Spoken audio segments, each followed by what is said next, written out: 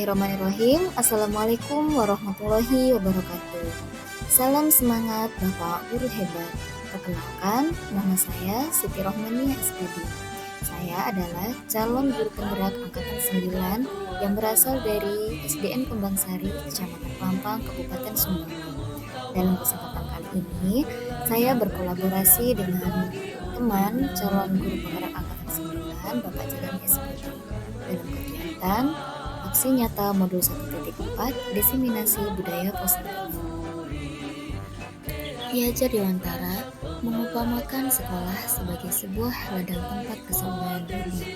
Agar bibit bisa berkembang secara maksimal, maka petani dapat memperbaiki kondisi tanah, memelihara bibit tanaman, memberi pupuk dan air, membasmi ulat-ulat atau jamur-jamur yang mengganggu hidup bibit tanaman dan lain sebagainya. Dari uraian tersebut, kita dapat memahami bahwa sekolah diibaratkan sebagai tanah tempat bercocok tanam, sehingga guru harus mengusahakan sekolah jadi lingkungan yang menyenangkan, menjaga dan melindungi murid dari hal-hal yang tidak baik. Dengan demikian, karakter murid tumbuh dengan baik sesuai dengan profil pelajar Pancasila. Bapak dan Ibu guru hebat, berikut adalah latar belakang penyusunan budaya positif yang ada di sekolah. Kenyamanan dalam kelas adalah salah satu hal yang sangat penting untuk terwujudnya pembelajaran yang efektif dan menyenangkan. Menyenangkan bagi murid akan terwujudnya peningkatan dalam hasil belajar di kelas sehingga mampu melahirkan hasil belajar yang maksimal. Adapun tujuannya adalah menciptakan suasana kelas yang nyaman untuk proses belajar mengajar, untuk menciptakan rasa disiplin, tanggung jawab pada peserta didik, mendidik murid untuk menjadi pribadi yang berkarakter serta tanggung jawab. Tolok ukur murid menjadi pribadi yang penyanyi akan memiliki rasa tanggung jawab. Terwujudnya budaya untuk saling menjaga apa yang menjadi milik bersama dan merasa memiliki atas kesadaran bersama. Bapak dan Ibu guru hebat, berikut adalah lini masa tindakan yang akan dilakukan. Yang pertama, memberitahukan kepada kepala sekolah tentang program budaya positif yang akan dilakukan. Yang kedua, mensosialisasikan kepada rekan dan seluruh murid tentang budaya positif yang akan dilakukan di dalam kelas. Yang ketiga, berdiskusi bersama-sama tentang apa yang menjadi peraturan di dalam kelas. Yang keempat, menentukan bentuk dan tata letak kesepakatan kelas agar mudah terlihat dan terbaca. Yang terakhir, membuat komitmen untuk menjalankan apa yang telah disepakati di kelas. Bapak dan Ibu guru hebat, berikut adalah kegiatan diseminasi.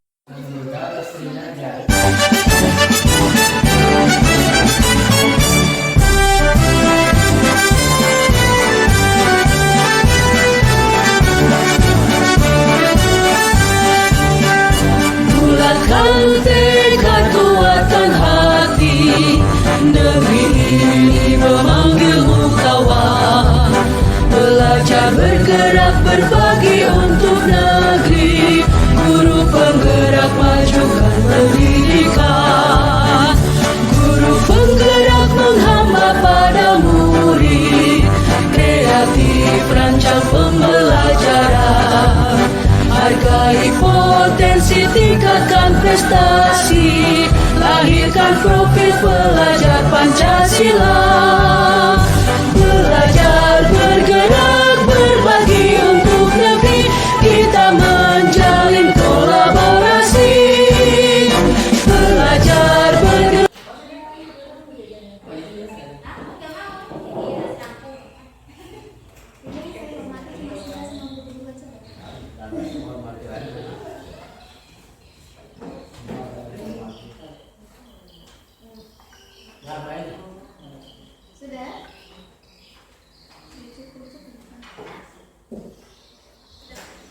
Bismillahirrahmanirrahim. Assalamualaikum warahmatullahi wabarakatuh. Selamat pagi, salam sejahtera bagi kita semua. Alhamdulillahirabbil alamin. Assalatu wassalamu ala asrofil anbiya'i wal mursalin sayyidina Muhammadin wa ala alihi washabbihi ajmain, amma ba'd. Yang terhormat Kepala Sekolah SDN Kembang Sari, yang kami hormati Bapak dan Ibu Guru SDN Kembang Sari, Puji syukur kehadirat Allah Subhanahu wa Ta'ala, Tuhan yang Maha Esa, yang telah memberikan kita taufik beserta hidayahnya, sehingga kita dapat berkumpul bersama dalam kegiatan aksi nyata diseminasi budaya positif di SDN Kembang Sari dalam keadaan sehat walafiat. Amin ya robbal alamin. Sholawat serta salam semoga tetap tercurah limpahkan keharibaan baginda Nabi besar Nabiullah Nabi Muhammad SAW yang selalu kita nantikan syafaatnya di yaumil kiamah. Amin Allahumma amin. Bapak Ibu yang kami hormati, acara diseminasi budaya positif SDN Kembang Sari pada hari Jumat tanggal 20 Oktober 2023 segera dimulai. Marilah kita awali acara ini dengan bersama-sama melafazkan Bismillah. Bismillahirrahmanirrahim. Bapak Ibu yang kami hormati, untuk lebih berkahnya acara pada hari ini, marilah kita dengarkan bersama pembacaan doa yang akan dipimpin oleh Bapak Mutakin SPD. Kepada beliau disilakan.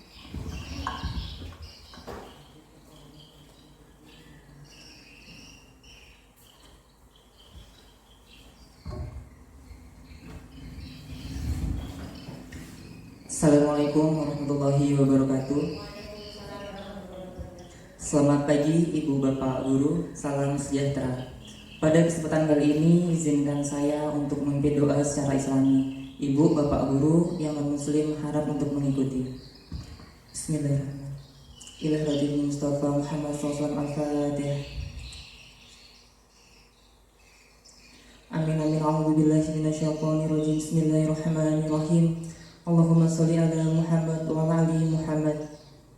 Allahumma inna nas'aluka salamatan fid din wa afiyatan fil jazad wa ziyadatan fil ilmi wa barakatan fil rizqi wa taubatan qabla al maut wa maghfiratan ba'da al maut. Allahumma hawwin alaina fi sakaratil maut wan najata minan nar wal afwa indal hisab. Rabbana atina fid dunya hasanah wa fil akhirati hasanah wa qina adzabannar. Subhanaka rabbil izzati amma yasifun wa salamun alal mursalin walhamdulillahi rabbil alamin. Wassalamualaikum warahmatullahi wabarakatuh.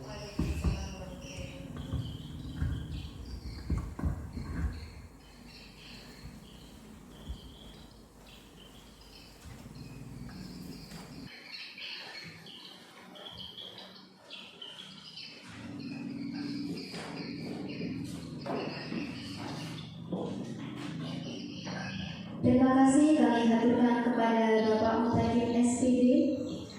Acara selanjutnya menyanyikan lagu Indonesia Raya yang akan dipimpin oleh Ibunda Ida Nuriani SPD. Kepada beliau dipersilakan. Hadirin dimohon berdiri.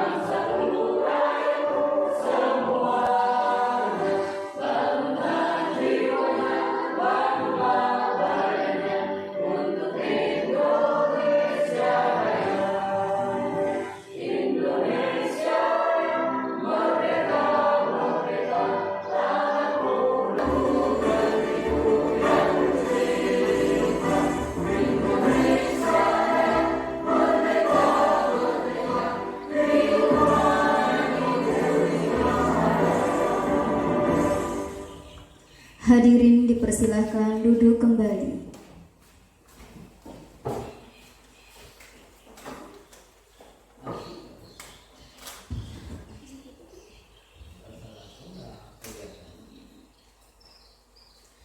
Terima kasih Bapak dan Ibu Guru yang kami hormati. Langsung saja kegiatan kita pada pagi hari ini dimulai dengan materi yang pertama ya Pak. Materi yang pertama disampaikan oleh Bapak kita, saudara kita, Bapak Jalani SPD. Kepada beliau disilakan.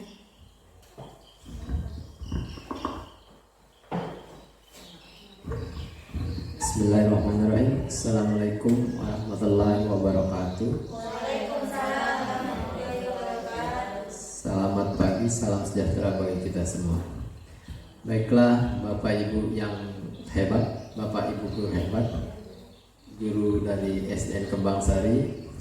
Mungkin melalui kegiatan ini saya selaku kepala sekolah juga sebagai calon guru penggerak angkatan 9 bersama Ibu Rohmania akan memaparkan diseminasi budaya positif kaitan dengan tugas aksi nyata modul 1.4. Mungkin ada beberapa hal yang ingin saya sampaikan. Melalui kegiatan ini nanti sistemnya kita di sini kolaborasi Buniaya karena kita 2 orang CGP. Jadi saya akan menyampaikan materi tentang paradigma baru dan segitiga restitusi. Kemudian materi lainnya akan disampaikan oleh Ibu Rohmania. Baiklah Bapak Ibu, pertama-tama marilah kita panjatkan rasa puji syukur kita kehadirat Tuhan Yang Maha Esa, di mana pada pagi menjelang siang hari ini kita dapat berkumpul duduk sejenak untuk melakukan kegiatan kita pada hari ini. Kemudian salawat dan salam tak lupa kita aturkan kepada junjungan alam Nabi Muhammad SAW. Karena atas berkah beliaulah kita dapat menjalankan aktivitas kita pada pagi hari ini. Mungkin langsung saja kita ke materi. Bapak Ibu mungkin bisa lihat sebelum di papannya di layar. Di situ ada pertanyaan pemantik sebelum kita masuk ke materi. Yang pertama saya bacakan ya. Hukuman dapat mendisiplinkan anak.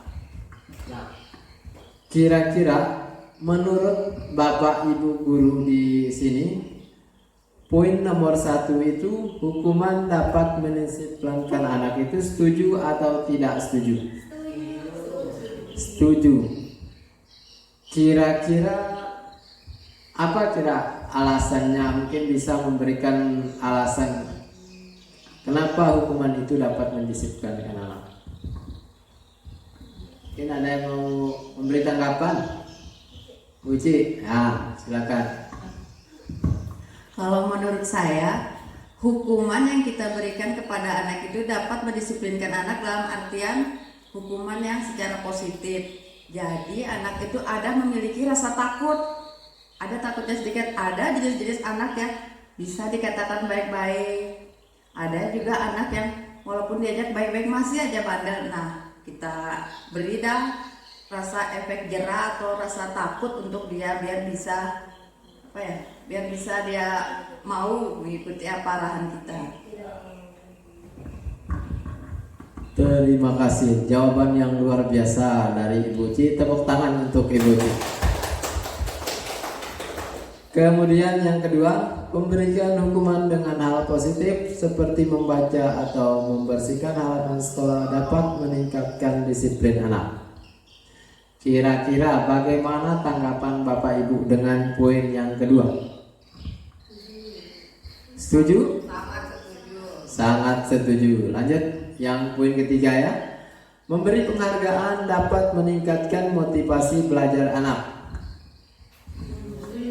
Setuju. Ya, jadi dari ketiga poin itu Bapak Ibu kalau saya lihat itu jawabannya setuju. Lanjut. Nah, ini sedikit saya menanggapi apa yang dikatakan oleh teman-teman tadi. Di sana hukuman dapat mendisiplinkan anak. Betul apa yang dikatakan oleh Ibu Ci tadi, ada rasa takut. Nah, kaitan dengan materi tersebut, karena kita juga mempelajari ketika kita melakukan pembelajaran di guru penggerak, calon guru penggerak, di sana disampaikan bahwa hukuman itu hanya akan bersifat sementara. Betul dikatakan tadi akan takut. Jadi dia itu tidak akan berlaku panjang. Hanya misalnya takut dengan ibu guru, berarti dia ketika tidak ada ibu gurunya maka dia tidak akan melakukan hal tersebut. Jadi hanya takut itu berlakunya hanya sifatnya sementara, tidak konsisten dilakukan oleh anak-anak itu kalau rasa takut itu. Kemudian dia juga kelemahannya itu akan menimbulkan ketidaknyamanan bagi siswanya. Contohnya tadi ketika kita hukum di depan kita, dia mungkin ya Pak, tapi di belakang ada rasa dendam biasanya anak-anak biasa tertanam. Aina Bapak Ibu itu hukum saya begini, lihat aja nanti kalau sudah beliau misalnya pindah atau apa, mungkin ada rasa ketidaknyamanan, ketidaksenangan pada peserta didik itu timbul. Pokoknya dia itu berprinsip tidak nyaman lah pokoknya dengan hukuman yang diberikan. Kemudian yang ketiga tadi, penghargaan. Nah ini sering kita lakukan, misalnya ada anak yang bisa melakukan sesuatu, kita terbiasa memberikan penghargaan. Hal ini juga kurang tepat Bapak Ibu Guru. Karena alasannya kenapa? Karena biasanya anak itu akan ketergantungan. Ada ketergantungan dia. Kalau kita tidak beri dia sesuatu sebagai imbalan, biasanya dia tidak akan melakukan. Jadi bisa, cuman itu solusi jangka pendek. Jadi makanya tadi hanya berlaku sementara. Tapi yang kita ingin dapatkan yaitu yang timbul dari diri sendiri. Jadi tidak hanya karena hukuman, tidak juga karena penghargaan, tetapi rasa atau motivasi yang tumbuh atau timbul dari dalam diri anak itu, sehingga dia tidak merasa saya diawasi, dipantau atau apalah. Oke, lanjut.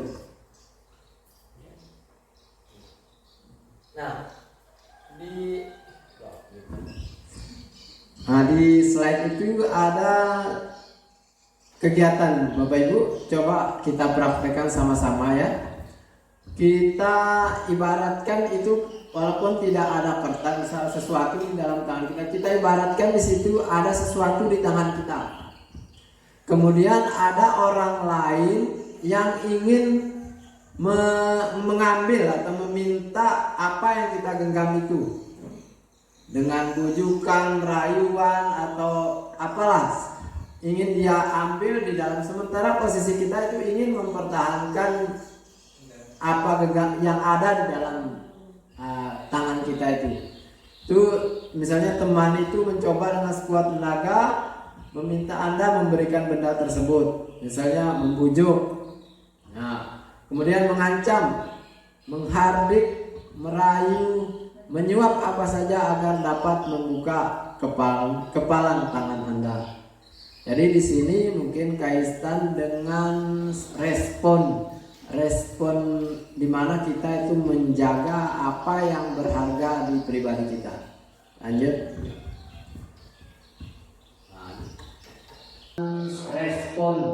Respon di mana kita itu menjaga apa yang berharga di pribadi kita. Lanjut. Kemudian siapa sih sesungguhnya yang memiliki kontrol? Di sini ada stimulus respon, kemudian ada teori kontrol atau pilihan. Yang pertama, kita mencoba mengubah agar berpandangan sama dengan kita. Misalnya kita menyampaikan satu, bagaimana kita menarik orang itu agar satu persepsi dengan kita. Nah, teori kontrolnya kita berusaha memahami pandangan orang lain tentang dunia. Teori kontrolnya begitu. Kita mencoba, misalnya ada seseorang teman kita harus memahami dia, bagaimana posisinya dia, pandangan dia terhadap dunia misalnya yang kita ingin satukan pemahaman kita. Kemudian yang kedua, perilaku buruk dilihat sebagai suatu kesalahan. Nah, ini mungkin yang sering, perilaku buruk sering dilihat sebagai suatu kesalahan. Padahal teori kontrolnya semua perilaku memiliki tujuan. Jadi entah itu baik, buruk itu pasti mempunyai tujuan. Kemudian yang ketiga, orang lain bisa mengontrol saya. Kemudian teori kontrolnya yaitu hanya Anda yang dapat mengontrol diri Anda. Jadi kita sebagai manusia itu tidak boleh dikontrol oleh orang lain. Jadi kita ini mempunyai posisi kontrol kita. Betul yang kita lakukan tadi, bagaimana kita bisa mempertahankan apa yang sudah kita yakini kebenarannya. Kemudian yang lanjut, saya bisa mengontrol orang lain. Nah, kemudian menurut teori kontrolnya Anda tidak bisa mengontrol orang lain.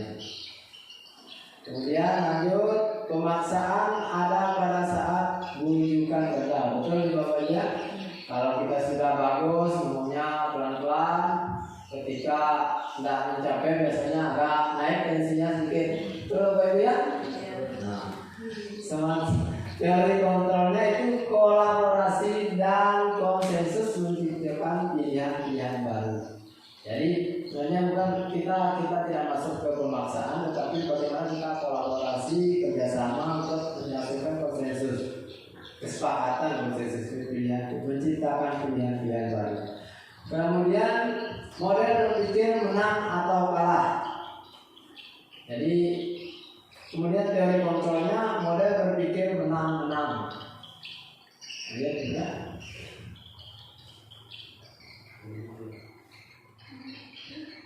Nah, mungkin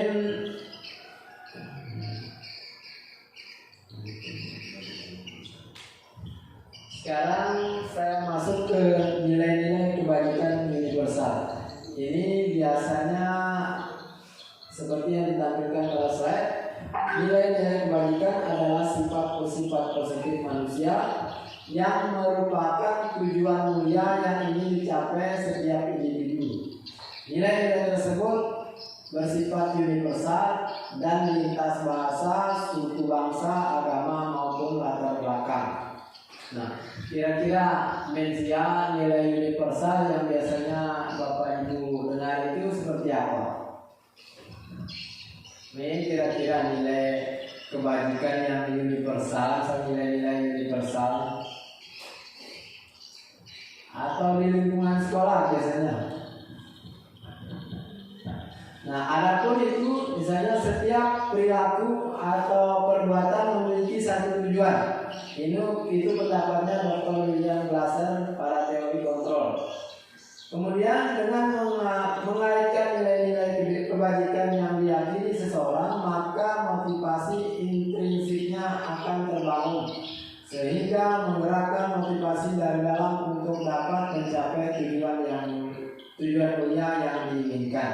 Nah, seperti yang saya sampaikan tadi awal itu, kita itu tujuan akhirnya itu bagaimana memunculkan motivasi dari dalam, bukan dari luar. Dengan tadi ya. Kemudian yang ketiga, nilai-nilai kebajikan yang ingin dicapai oleh setiap anak Indonesia kita kenal dengan profil pelajar Pancasila. Mungkin ada 6 dimensinya Bapak Ibu ya. Yang pertama, beriman dan bertakwa terhadap Tuhan yang Maha Esa dan berakhlak mulia. Kemudian yang kedua, mandiri, bernalar kritis, berpikir akan global, bergotong royong dan kreatif.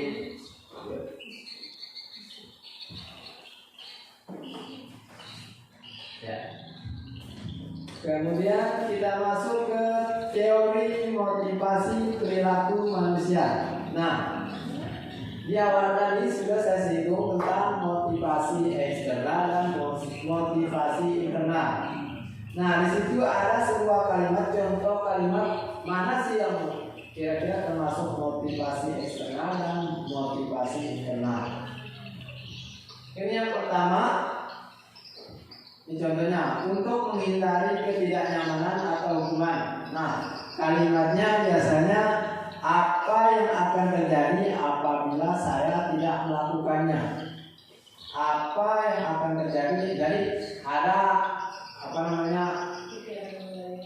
kaitan dengan hukuman, takut dia kalau akibat misalnya dia tidak, berarti hanya dia motivasi dari orang luar, orang lain aja yang dia takuti, jadi belum tumbuh dari dalam diri sendiri.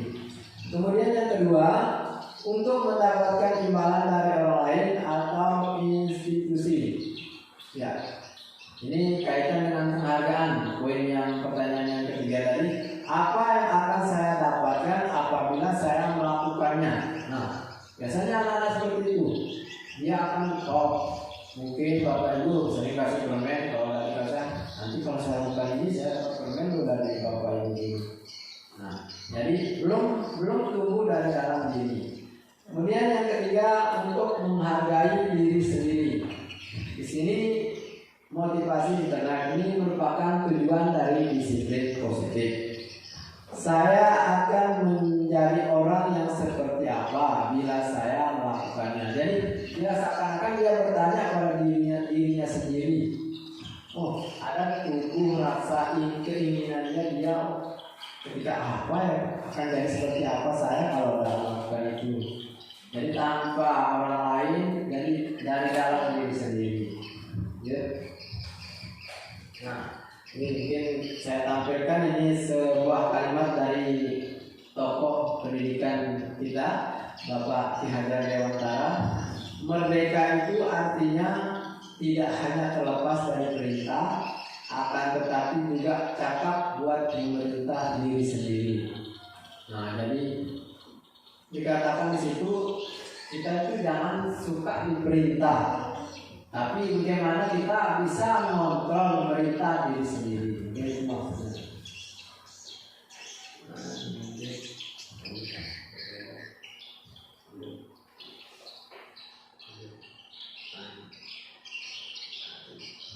Nah, sekarang kita akan sama-sama. Nah, ini kaitan dengan hukuman. Seperti yang poin pertama tadi, hukuman dan konsekuensi. Nah, perlu saya jelaskan di sini hukuman dengan konsekuensi. Nanti kita analisa itu mana apakah kegiatan atau tindakan guru itu termasuk hukuman atau konsekuensi. Nah, sebelum kita analisa itu mungkin perlu saya sampaikan dulu apa itu hukuman. Hukuman itu biasanya bersifat negatif ya, sama-sama menimbulkan ketidaknyamanan tadi seperti yang pertama negatif ya. Kemudian kalau konsekuensi bisa berupa positif, bisa negatif, tetapi dia itu merupakan akibat dari perbuatannya dia. Ya, jadi itu bedanya hukuman dengan konsekuensi. Nah, sekarang coba kita analisa tindakan yang dilakukan oleh guru. Kira-kira menurut Bapak Ibu yang pertama, mencatat 100 kali dalam buku kalimat saya tidak akan terlambat lagi karena terlambat ke sekolah. Konsekuensi atau hukuman? Nah, tampung dulu ya konsekuensi. Kemudian coba kita analisa apa hubungannya antara terlambat dengan mencatat. Adakah hubungannya? Nah, lanjut. Kemudian yang kedua, lari mengelilingi lapangan basket 2 kali karena terlambat hadir di sekolah. Hukuman. Nah, lanjut. Yang ketiga, murid diminta untuk push up 15 kali karena tidak menggunakan masker ke sekolah. Hukuman. Kemudian menggantikan kertas tugas teman yang telah dicoret-coret. Konsekuensi konsekuensi. Lanjut, membersihkan tumpahan air di meja tulis karena tersenggol pada saat belajar. Lanjut, murid disuruh untuk tidak mengenakan sepatu seharian di sekolah karena tidak mengenakan sepatu hitam. Dan yang terakhir, lari mengelilingi lapangan basket 2 kali karena terlambat 10 menit untuk pelajaran PJOK. Hukuman atau konsekuensi? Nah, sekarang kita lihat jawabannya Bapak Ibu, benar atau salah? Nah, sekarang kita amati sama-sama. Tadi jawaban pertama itu konsekuensi Bapak Ibu ya?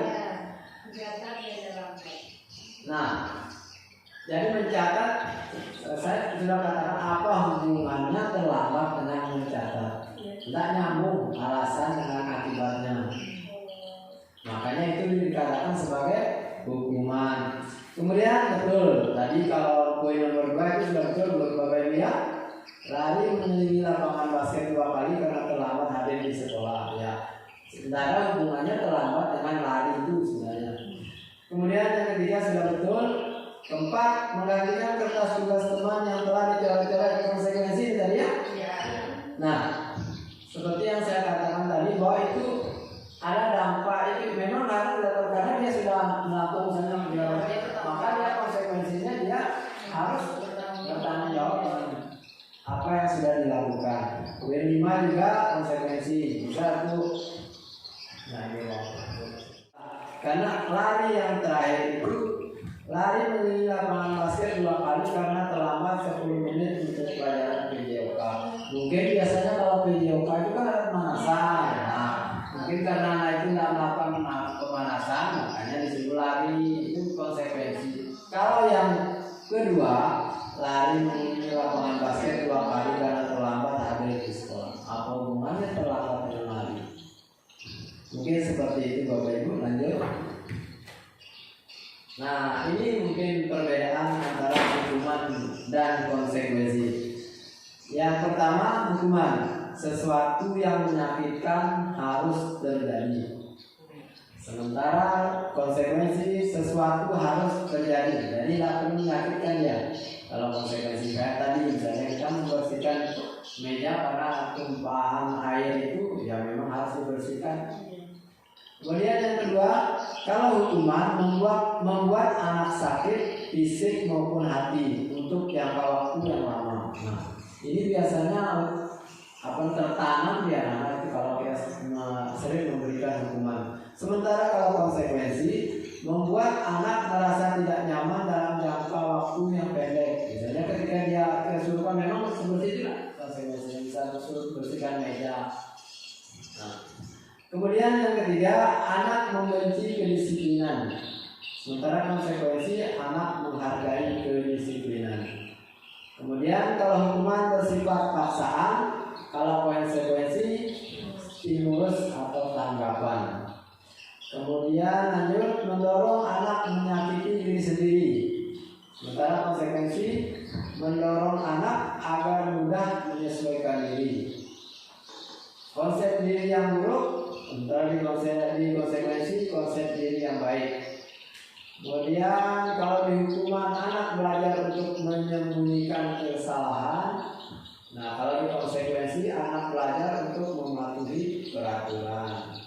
Kemudian terakhir, marah-marah, rasa bersalah, dipermalukan, merasa tak dihargai kalau pada hukuman. Kalau pada konsekuensi kehilangan hak, dibuat tidak nyaman, diasingkan untuk sementara. Jadinya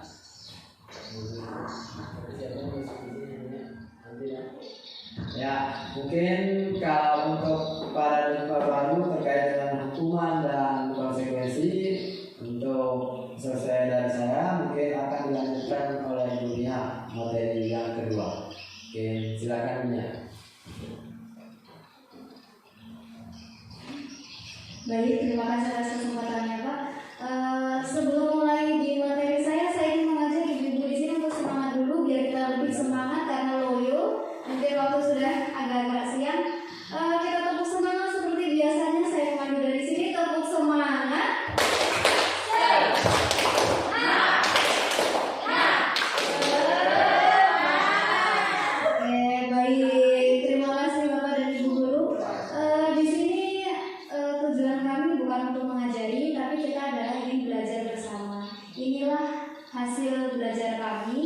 ingin kita belajar bersama lagi dengan ibu dan bapak guru di sekolah. Mungkin di slide pertama Pak. Baik, meneruskan dari yang dijelaskan oleh Pak Jalani, di sini saya ingin menjelaskan tentang budaya positif. Bisa kita baca bersama-sama? Budaya positif ialah nilai-nilai, keyakinan-keyakinan dan kebiasaan-kebiasaan yang ada di sekolah kita yang berpihak pada murid sehingga murid dapat berkembang menjadi pribadi yang lebih baik.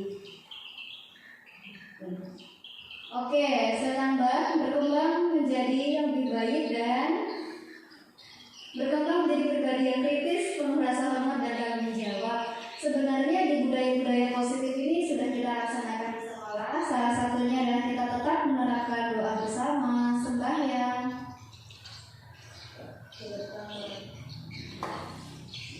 Oke, seperti gambar yang ada di depan, itu sudah kita laksanakan di masing-masing kelas kita ya Bapak Ibu.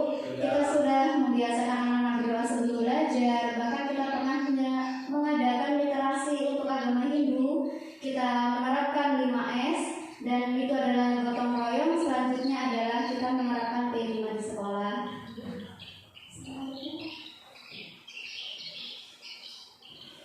Baik, budaya positif tersebut dapat dijalankan dengan menerapkan konsep-konsep inti seperti disiplin positif, memahami motivasi perilaku manusia berkaitan dengan hukuman dan penghargaan, posisi kontrol seorang guru, pembuatan keyakinan sekolah atau kelas, dan penerapan segitiga restitusi dalam penyelesaian masalah. Oke, next slide. Di sini ada 2 penerapan. Mungkin di sini hanya 2 yang saya cantumkan. Sebenarnya sangat banyak. Saya bacakan saja di sini cara penerapan disiplin. Disiplin yang mengajarkan anak bertanggung jawab dan menumbuhkan kesadaran diri berdasarkan nilai-nilai kebajikan. Yang kedua, dapat membuat murid memahami dan menyadari berdasarkan motivasi internal, bukan akibat paksaan, ujian atau hukuman. Jadi selaras dengan yang dijelaskan oleh Pak Jalani tadi deh Bapak Ibu. Di sini ada lagi tentang posisi kontrol seorang guru. Kadang kita sebagai seorang guru tanpa kita sadari kita itu lebih ke sering penghukum. Artinya kita tanpa mengetahui bagaimana sih permasalahan dari siswa tersebut, kita tahunya hanya ya salahnya seperti ini. Sebenarnya sebagai seorang guru kita harus mengerti dulu, mengidentifikasi dulu masalah-masalah apa yang ada di siswa kita. Selain menjadi seorang penghukum, ada juga posisi kontrol seorang guru menjadi pembuat rasa bersalah, menjadi seorang teman, pemantau, dan yang terakhir manajer. Oke. Baik, Bapak Ibu, di sini ada video yang saya sematkan, saya lampirkan, dapat kita tonton bersama-sama tinggal itu.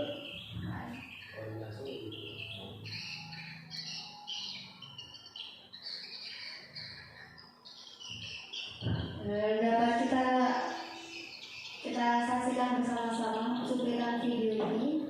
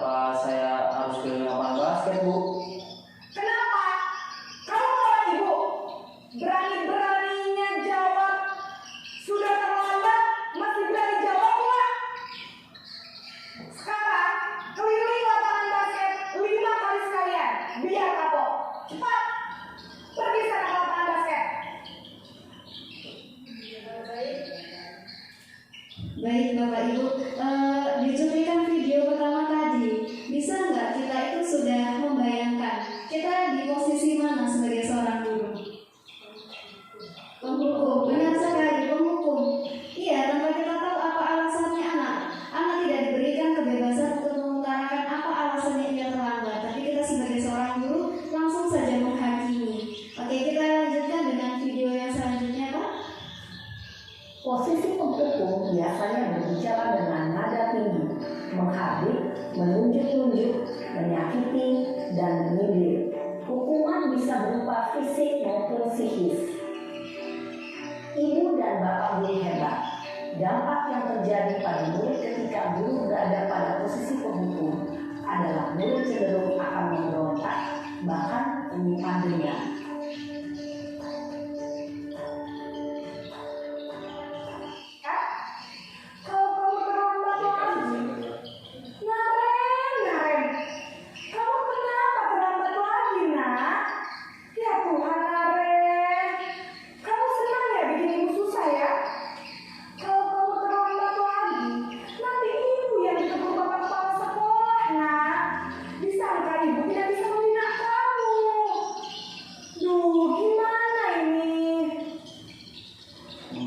Maaf Bu. Duh Gusti Naren. Kamu suka ya kalau ibu tegur bapak kepala sekolah? Terus, sekarang ibu harus tulis apa ya di buku absen? Ini kamu sudah sering terlambat loh. Ibu harus apa coba? Maaf Bu. Maaf sekali. Ya sudah, lain kali jangan bikin ibu susah lagi anak ya. Ibu tidak. Baik, apakah ada perbedaan video yang pertama dengan yang kedua, Bapak Ibu? Iya. Dari intonasi, dari nadanya sudah kita bisa membedakan. Kalau yang video kedua ini, apakah masih menggunakan bahasa yang kasar dan membentak-bentak, atau dia menggunakan bahasa yang lebih kalem, lebih santun? Tapi bagaimanakah dampak di anaknya? Apakah anak itu terlihat malah semakin dia merasa bersalah atau ketakutan? Semakin bersalah. Baik. Jadi di video yang kedua ini adalah posisi kontrol guru sebagai pembuat rasa bersalah. Sisi pembuat rasa bersalah, murid akan menganggap dirinya yang bersalah dan ia akan menyimpan emosi negatif tersebut di dalam dirinya. Kalau kamu terlambat lagi, nanti ibu yang ditegur bapak kepala sekolah, nak. Disangka ibu tidak bisa membina kamu. Duh, gimana ini? Maaf Bu. Duh, Gusti Naren. Kamu suka ya kalau ibu tegur bapak kepala sekolah? Terus, sekarang ibu harus tulis apa ya di buku absen? Ini kamu sudah sering terlambat loh. Ibu harus apa coba? Maaf Bu. Maaf sekali. Ya sudah, lain kali jangan bikin ibu susah lagi anak ya. Ibu tidak. Baik, apakah ada perbedaan video yang pertama dengan yang kedua, Bapak Ibu? Iya. Dari intonasi, dari nadanya sudah kita bisa membedakan. Kalau yang video kedua ini, apakah masih menggunakan bahasa yang kasar dan membentak-bentak, atau dia menggunakan bahasa yang lebih kalem, lebih santun? Tapi bagaimanakah dampak di anaknya? Apakah anak itu terlihat malah semakin dia merasa bersalah atau ketakutan? Semakin bersalah. Baik. Jadi di video yang kedua ini adalah posisi kontrol guru sebagai pembuat rasa bersalah. Sisi pembuat rasa bersalah, murid akan menganggap dirinya yang bersalah dan ia akan menyimpan emosi negatif tersebut di dalam dirinya.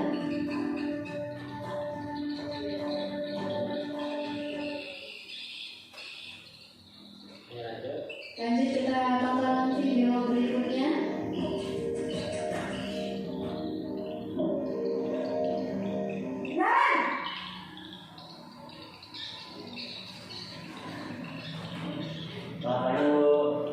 Wah, sudah jam berapa ini nak?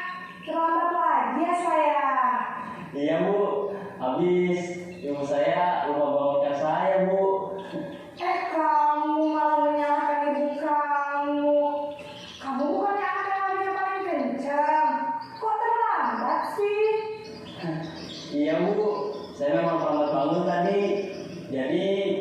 biarpun saya lari kencang, tetap gak kekejar Bu.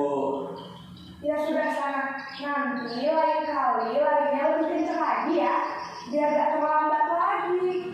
Bikin seneng ibu, demi ibu, bisa kan? Bisa lah Bu. Ya, Oke, baik. Menarik sekali di video ketiga ini. Kita sama seperti teman ya kalau kita lihat di video tersebut. Apakah Bapak dan Ibu guru di sini sudah pernah melaksanakan yang di posisi teman seperti ini? Sering. Ya, kadang kita berbuat demikian agar lebih akrab dengan siswa dan siswa tidak takut dengan kita. Boleh video selanjutnya saja, Pak? ya sudah sana sekolah ibu. Dalam posisi teman, guru berbicara dengan nada suara ramah, akrab, cenderung bersendah gurau untuk menjaga suasana tetap santai. Murid akan merasa senang, aman, dan akrab dengan guru. Identitas yang tercipta adalah identitas sukses atau berhasil. Namun, perlu diingat, karena ini masih dorongan eksternal, maka ada faktor ketergantungan dari murid kepada orang tertentu. Di sini, guru aksennya, sehingga di lain waktu, murid bisa berperilaku baik, namun hanya kepada orang-orang tertentu saja.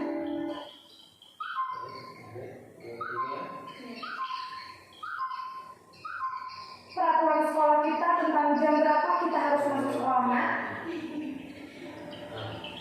Selamat pagi Bu. Nah, Ren, apa peraturan sekolah kita tentang jam berapa kita harus masuk sekolah, Nak? Kita harus di sekolah jam 7 Bu. Iya betul, sekarang sudah jam 7.20. Naren sudah tahu konsekuensinya jika terlambat hadir. Paham Bu. Saya harus tinggal kelas pas jam istirahat selama 20 menit. Iya benar, konsekuensinya demikian. Jadi nanti jam 9.30 pas istirahat, kamu harus tinggal di kelas, kerjakan tugas tambahan untuk ketertinggalan kamu, ya? Baik Bu. Posisi pemantau mengandalkan penghitungan atau data untuk mengontrol murid. Guru mengarahkan murid berdasarkan peraturan dan konsekuensi. Seorang pemantau menunjukkan bahasa tubuh dan ekspresi wajah yang datar dan cenderung formal.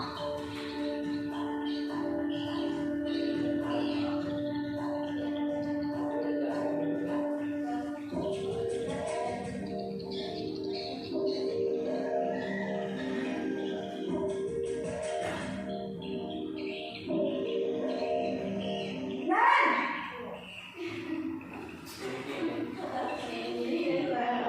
Selamat pagi Bu. Selamat pagi, Naren. Maaf Bu, saya terlambat. Iya, sekolah masuknya jam 7, sekarang sudah jam 7.20. Jadi sekarang bagaimana nih, Naren? Maaf Bu, saya lupa soal saya semalam. Baiklah, menurut kamu, keyakinan sekolah yang mana yang perlu kamu tingkatkan? Menghargai diri sendiri dan orang lain mungkin ya Bu. Setuju. Jadi, apakah Naren meyakini prinsip saling menghormati tersebut? Iya Bu, saya meyakininya. Apakah Naren bersedia memperbaiki masalah keterlambatan ini? Bersedia Bu. Bagaimana kamu akan memperbaiki masalah keterlambatan ini? Saya akan coba untuk tidak lupa menyetel alarm saya Bu. Baik, kalau Naren lupa menyetel alarm di rumah, ada orang yang kira-kira bisa bantu mengingatkan tidak? Ada Bu, kakak saya, Kak Emma. Ada lagi selain Kak Emma? Selain Kak Emma, ada ibu saya. Baik, jadi yang mengingatkan Naren adalah Kak Emma dan ibu kamu ya? Kira-kira akan mulai set alarm kapan nih, Naren? Setelah pulang sekolah, akan segera saya lakukan. Baik, jadi Naren akan setel alarm untuk bangun besok pagi dan akan diingatkan oleh kakak dan ibunda Naren ya. Ada lagi yang mungkin perlu dilakukan, Naren? Agar tidak terlambat bangun lagi.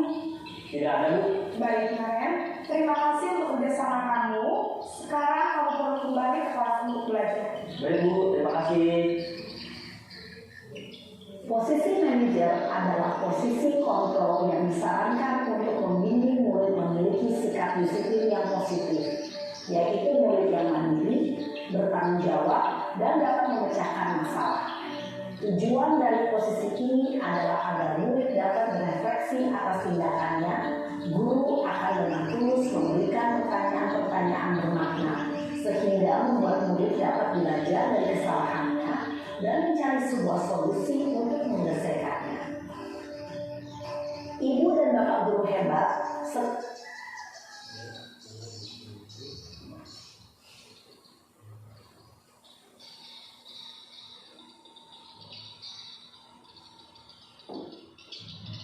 Baik, dari 5 posisi kontrol seorang guru mungkin bisa kita ingat kembali ada berapa tadi Bapak dan Ibu?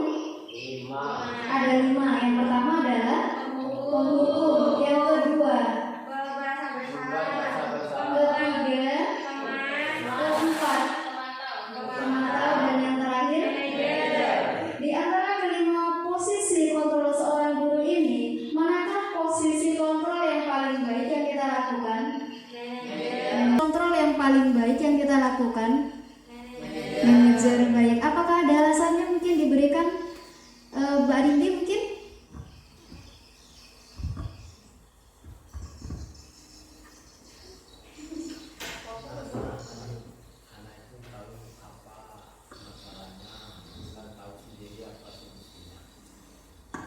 Ya, jadi anak itu nanti tahu apa penyebab dari keterlambatannya dan bisa menentukan solusi agar tidak terjadi hal tersebut.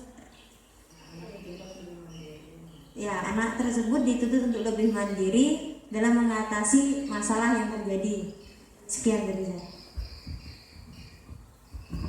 Baik, terima kasih kepada Ibu Arimbi. Mohon tepuk tangannya Bapak dan Ibu guru yang hebat.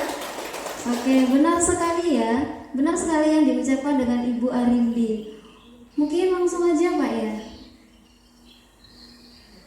Iya, di sini langsung di manajer aja karena kita sudah melihat dari berbagai cuplikan video dan bisa kita simpulkan bahwa posisi manajer mengacu pada restitusi yang dapat menjadikan murid sebagai manajer bagi dirinya sendiri, sehingga tercipta identitas positif atau berhasil pada diri sendiri. Di sini mungkin dalam kesempatan kali ini kita juga bisa kembali merenung bagaimana kita menjadi seorang guru yang baik dalam menyikapi masalah yang ada pada peserta didik kita. Kadang kita selalu mengedepankan ego kita. Ketika ada anak terlambat, ya udah kita marahin saja tanpa kita tahu bagaimana solusinya. Padahal ketika kita menggunakan posisi manajer ini, anak itu tahu loh bagaimana cara menyikapinya ketika dia itu terlambat. Oke, next Pak.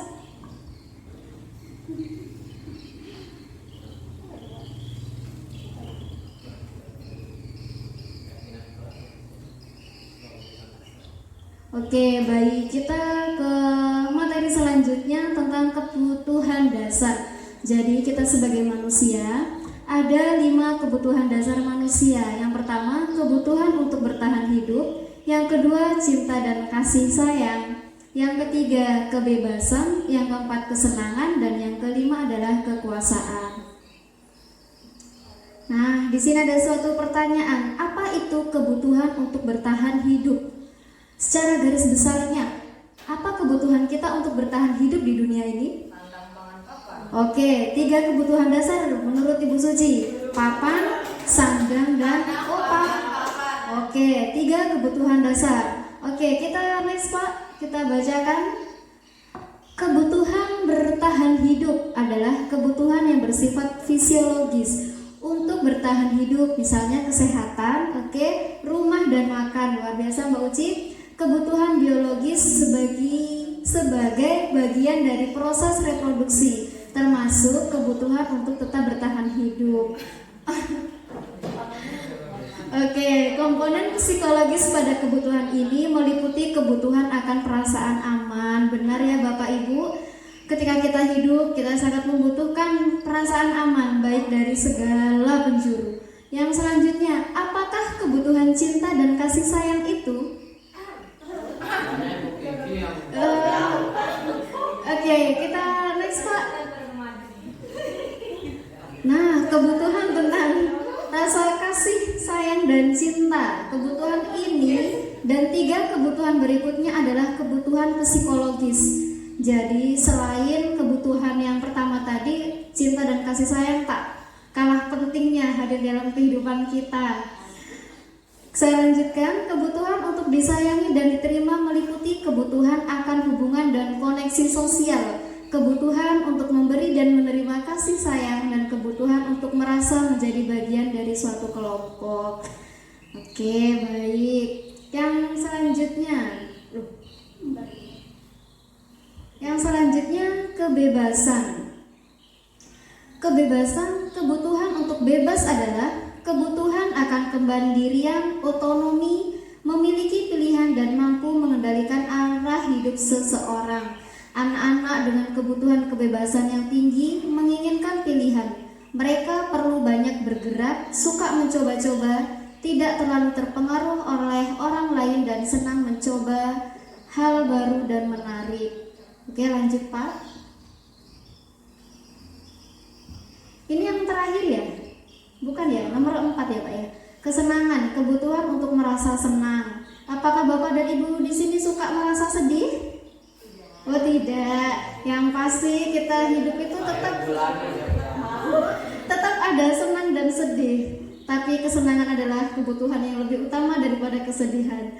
Oke, saya bacakan. Kebutuhan akan kesenangan adalah kebutuhan untuk mencari kesenangan, bermain dan tertawa. Bayangkan hidup tanpa kenikmatan apapun, betapa menyedihkan. Ya, salah satu hal yang perlu kita syukuri adalah kita masih bisa merasakan kesenangan hingga detik ini. Alhamdulillah. Next Pak. Oke, ini yang terakhir ya Pak ya.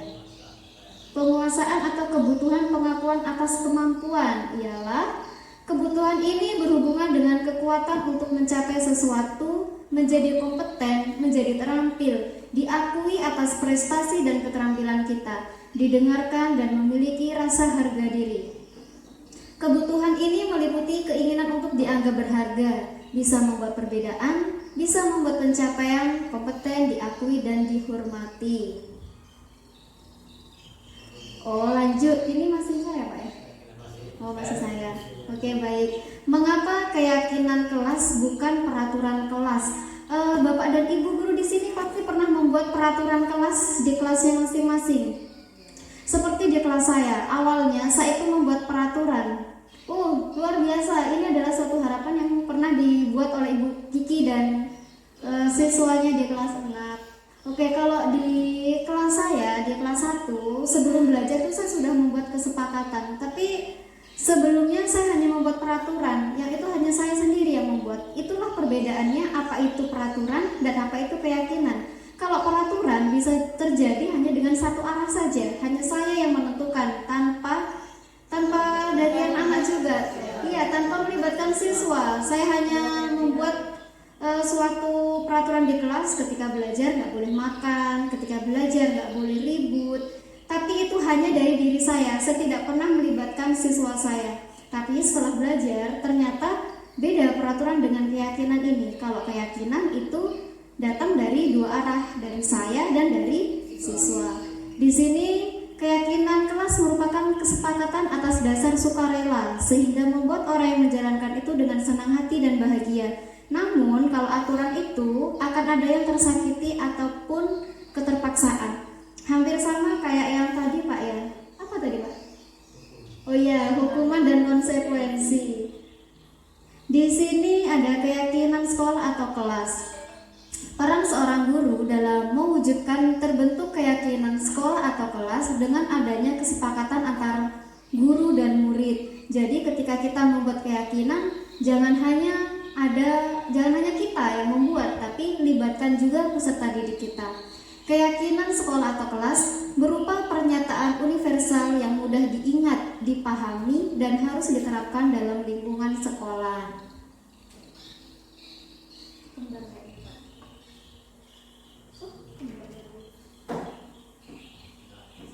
Oke, baik Bapak Ibu, terima kasih. Sekarang dengan materi yang selanjutnya akan disampaikan oleh saudara kita, Bapak Kepala Sekolah. Monggo Pak Anu. Terima kasih kepada Ibu Rahmania. Ken semangat ini Bu, kita ice breaking dulu ya. Jadi nanti ini kalau ice breakingnya sifatnya misalnya kalau bilang kan kita ini ada 2 jenis ya, ada apa namanya laki-laki dan perempuan. Jadi kalau saya bilang laki-laki ya perempuan jawabnya, kalau bilang perempuan laki-laki. Kita mulai siap Bu ya Bapak Ibu ya? Satu, dua, tiga, mulai ya, kita mulai ya. Laki-laki, perempuan, atau sebaliknya. Kalau saya ngomong sebaliknya berarti bapak yang laki-laki, misalnya saya bilang laki-laki, berarti yang angkat tangan itu ibu-ibu. Kalau saya bilang perempuan, berarti yang angkat tangan itu bapak-bapak. Oke, ngerti Bapak Ibu? Sekarang kita coba perempuan. Nanti fokus. Sebelum ada pelintan. Nanti sebaliknya. Kalau belum saya bilang sebaliknya, berarti ibu-ibu yang angkat tangannya. Ibu fokus ya. Kita mulai fokus ya. Fokus. Perempuan. Angkat tangan. Atau sekarang aja sebaliknya. Laki-laki. Perempuan. Fokus. Ingat tadi kalau sebaliknya saya bilang laki-laki berarti ibu-ibunya yang angkat tangan. Saya bilang ya, fokus 1, 2, 3 laki-laki. Saya juga lupa. 1, 2, 3 ya. Laki-laki. Perempuan. Atau sebaliknya, kalau saya ngomong sebaliknya berarti bapak yang laki-laki, misalnya saya bilang laki-laki berarti yang angkat tangan itu ibu-ibu. Kalau saya bilang perempuan berarti yang angkat tangan itu bapak-bapak. Oke? Nanti Bapak Ibu? Sekarang kita coba perempuan. Nanti fokus. Nanti sebaliknya.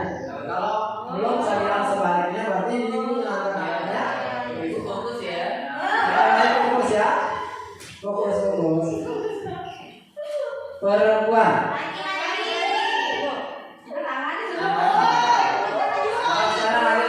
Sebaliknya. Laki-laki. Perempuan. Fokus. Ingat tadi kalau sebaliknya saya bilang laki-laki berarti ibu-ibunya yang angkat tangan. Kalian ya, fokus 1, 2, 3 laki-laki. Saya lupa. Sebaliknya ya, perempuan. Laki-laki. Perempuan. Ya, terima kasih Bapak Ibu. Saya akan melanjutkan materi kita selanjutnya yaitu tentang restitusi. Mungkin Bapak Ibu pernah dengar ini sebelumnya? Belum. Alhamdulillah belum ya. Nah, jadi berarti ada manfaatnya dari kegiatan hari ini. Nah, sekarang saya coba akan memaparkan apa itu restitusi. Restitusi adalah proses menciptakan kondisi bagi murid untuk memperbaiki kesalahan mereka sehingga mereka bisa kembali pada kelompok mereka dengan karakter yang lebih kuat. Seperti tadi kan kita sudah saksikan bahwa posisi guru itu ada tadi apa Bapak Ibu? Misalnya penghukum, pembuat rasa bersalah, teman, pemantau. Nah, salah satu yang bisa kita terapkan itu untuk menguatkan posisi kontrol kita itu melalui penerapan restitusi. Jadi situ dikatakan kondisi bagi murid untuk memperbaiki kesalahan mereka. Jadi tidak dari kita memberikan solusi, tapi lebih dari diri mereka. Kemudian mereka bisa kembali kepada kelompok mereka dengan karakter yang lebih kuat, karena solusinya dari mereka. Jadi mereka itu merasa percaya diri akan apa yang mereka hadapi itu lebih kuat. Kemudian restitusi juga merupakan proses kolaboratif yang mengajarkan murid untuk mencari solusi untuk masalah mereka, ya. Sama ya. Lanjut. Oh ya, stop di sini dulu. Nah, sebelum kita masuk ke restitusi, nah tadi sudah kita pelajari ada hukuman, ada konsekuensi tadi ya. Nah, kemudian ada istilah baru ini kaitan dengan disiplin positif juga, namanya restitusi. Di situ kalau konsekuensi dan hukuman kita sudah pelajari. Restitusi ini merupakan pilihan.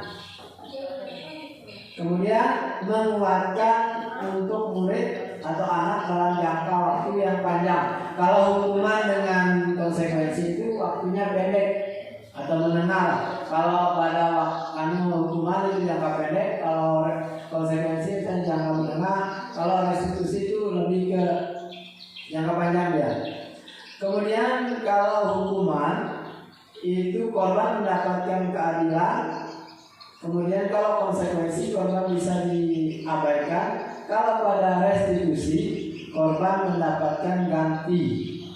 Nah, jadi kalau yang dihukuman itu hanya rasanya, tapi kalau dia ada gantinya, ada rasa yang memilikinya. Kemudian lanjut yang keempat ya, murid anak atau anak mendapatkan penguatan. Jadi kalau pada hukuman dan konsekuensi itu sifatnya misalnya menimbulkan ketidaknyamanan. Kemudian kalau restitusi masalah terpecahkan. Nah seperti poin kedua tadi, kalau konsekuensi dan hukuman itu jangka pendek kan. Ya kalau restitusi itu jangka panjang, jadi sampai terpecahkan masalahnya. Kemudian poin yang selanjutnya itu murid belajar bertanggung jawab untuk perilakunya. Kalau konsekuensi itu perlu ini posisi pemantau dari guru itu terus menerus, jadi harus dikontrol rutin. Kemudian fokus pada pemecahan masalah dalam jangka waktu yang panjang. Kemudian yang terakhir, apa yang kamu yakini, apa yang bisa kamu lakukan untuk memperbaiki masalah itu. Nah, ini mungkin ciri-ciri restitusi. Yang pertama bukan untuk menebus kesalahan, namun untuk belajar dari kesalahan. Nah, seperti video yang poin kelima tadi ya, posisi manajer itu. Jadi tidak mencari kesalahannya. Misalnya kamu harus ini, tapi gimana itu solusi dari anak itu memperbaiki kesalahannya, memperbaiki hubungan. Ya kalau kita kasih hukuman ada rasa dendam, kalau restitusi itu tidak. Jadi hubungan guru dengan murid itu tetap baik. Tawaran atau bukan paksaan. Kemudian yang keempat, restitusi menuntut untuk melihat ke dalam diri, yang motivasi intrinsik. Kemudian mencari kebutuhan dasar, seperti yang dikatakan oleh dunia itu, berapa kebutuhan dasar itu. Kemudian restitusi ini ada cara yang paling baik, fokus pada karakter bukan pada tindakan, fokus pada solusi. Kemudian mengembalikan murid yang berbuat salah pada kelompoknya. Nah, sekarang ada beberapa tahapan restitusi yang disebut dengan segitiga restitusi. Itu segitiga restitusi Bapak Ibu. Yang paling dasar itu apa itu? Menstabilkan identitas. Maksud menstabilkan identitas itu maksudnya kira-kira apa? Misalnya kaitan dengan video tadi, atau mana yang ditulis tadi?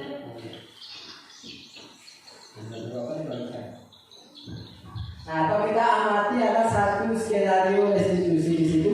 Kira-kira mana yang termasuk menstabilkan identitas, kemudian mana tahap validasi tindakan yang salah, kemudian mana yang masuk menanyakan keyakinan.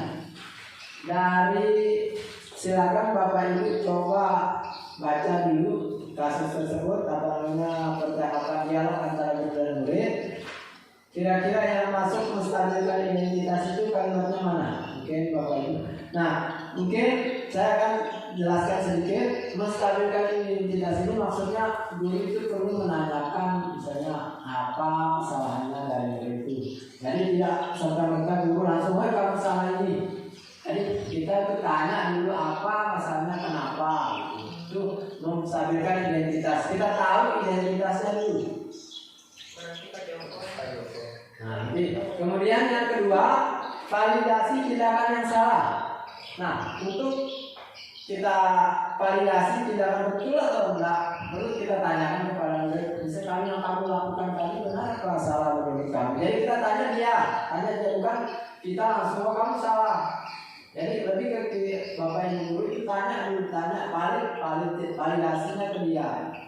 Tanya ke dirinya dia yang berdasarkan yang siswa itu tahu bahwa yang dilakukan misalnya telah itu tahu dia telah itu salah.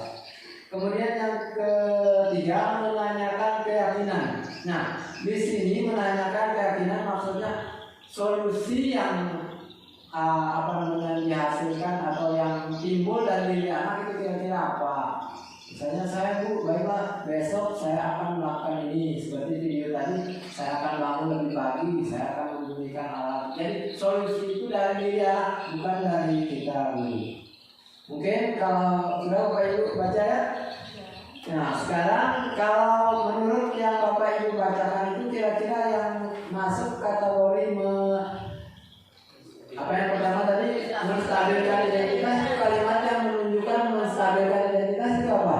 Mungkin bisa bantu. Adakah kalimat di sini percakapan itu yang menyatakan bahwa menunjukkan menstabilkan identitas? Bukan kalimat Pak Joko yang pertama ya. Silakan coba dibaca dulu. Pak Joko, Mario, Adi, Bapak tadi dengar laporan dari guru piket di kantin. Sepertinya kalian dalam masalah ya. Ada yang bisa Bapak bantu? Apa yang terjadi? Mungkin ada jawaban lain. Nah, coba kamu tadi. Kalau menurut saya Pak ya sama dengan Pak Joko tapi narasi yang berbeda. Di bagian baiklah Bapak di sini bukan untuk mencari siapa yang salah. Bapak di sini untuk mencari penyelesaian sama-sama, berpikir sama-sama tentang apa yang bisa kita lakukan untuk memperbaiki situasi ini.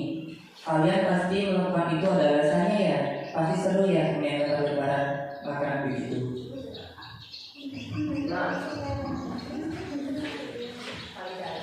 Baiklah Bapak Ibu.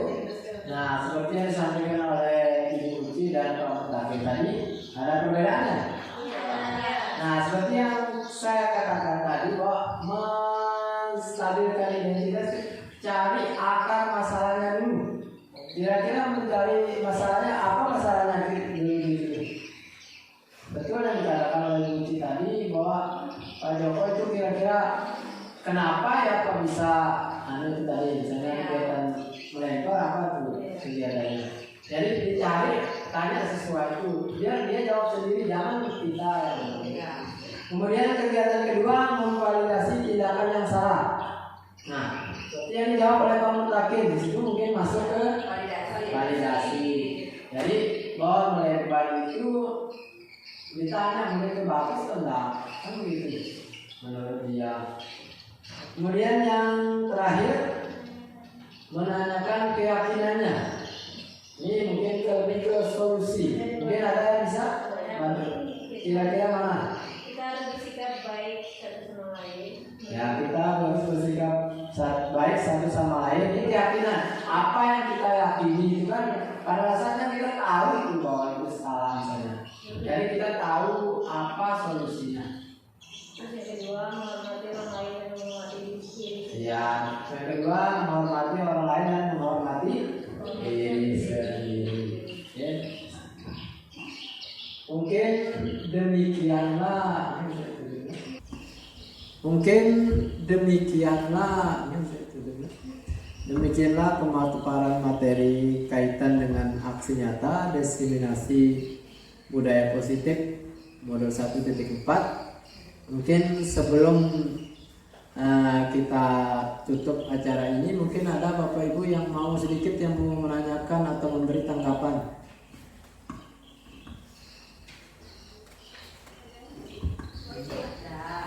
Ya, kalau tidak ada, karena mengingat waktu juga hari Jumat ini Bapak Ibu ya. Ya, mungkin terima kasih atas partisipasi dan kolaborasinya yang luar biasa tadi. Mungkin next saya serahkan ke Mbak Nia sebagai. Baik, terima kasih atas kesempatannya Pak Jalani. Jadi ini adalah sesi terakhir kita, yaitu kesimpulan bahwa hari ini sudah ada berapa materi yang sudah kita pelajari Bapak dan Ibu?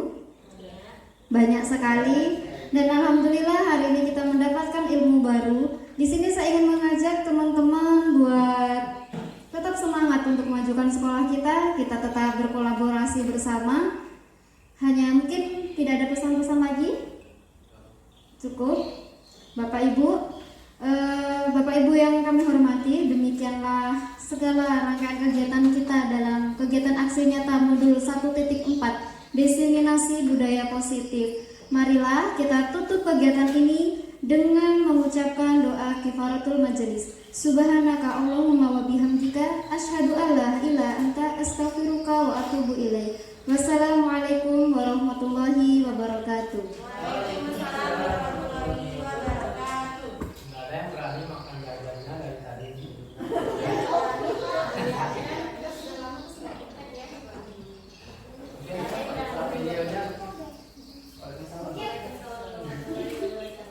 Mungkin kita bisa lanjut dengan sesi foto bersama.